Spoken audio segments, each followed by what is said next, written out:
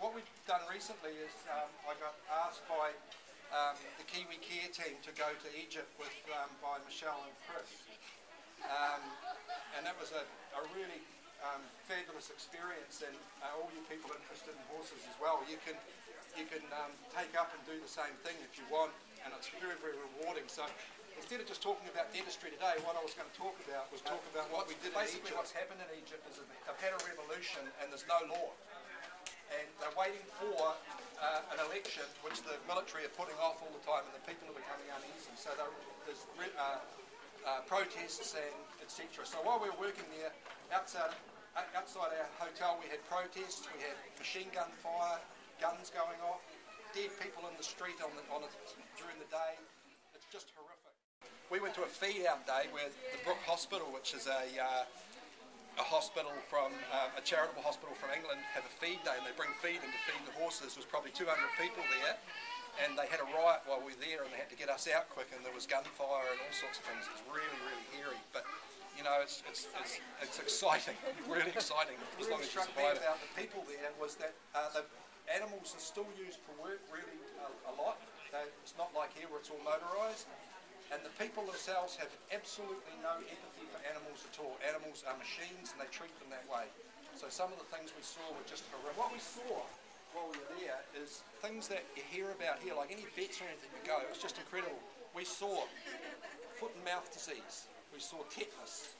We saw babesiosis, which is a disease that's given them by ticks. It's like malaria, and all the red cells break down in their body, and all their eyes, the sclera of their eyes and their gums, and they just go bright red because all the hemoglobin from the blood is just going in and making it all red. And what other diseases we see? 100% of the horses had suspensory and tendon injuries. Yeah, just all the major things that you'll ever see, we saw them on a daily basis. Things you'll never see in your life, we saw on a daily basis. Like severed tongues. I've seen probably 3 horses in New Zealand in my whole life that have had severed tongues. 6 out of 10 horses had severed tongues that we worked on. We were doing probably 10, 12, 15 horses a day. The bits that they were putting on were cutting through. These are all physical injuries to the tongue here. It should be straight. And this is just one of them. This horse here has a major injury to its hip, and you can see these lines on its legs here. And we witnessed this happening. What they do is they drop the horse on the ground with ropes. They tie all its 4 legs together, and this is a form of healing. They drop all its 4 legs together and they put wires into a fire until they're red hot, and then they push them all over their legs, and that stimulates the animal's body to heal itself. So they burn it, no sedation or nothing. This is a horse's wither. These are the injuries that have opened up. There was all pus running all through these, and we opened these up. When the pus came out, it's the first time in my life, I've seen a lot of things, but it was the first time in my life I was actually physically sick. The smell of it was unbelievable. Now that they just came in and all their jaws are cut open.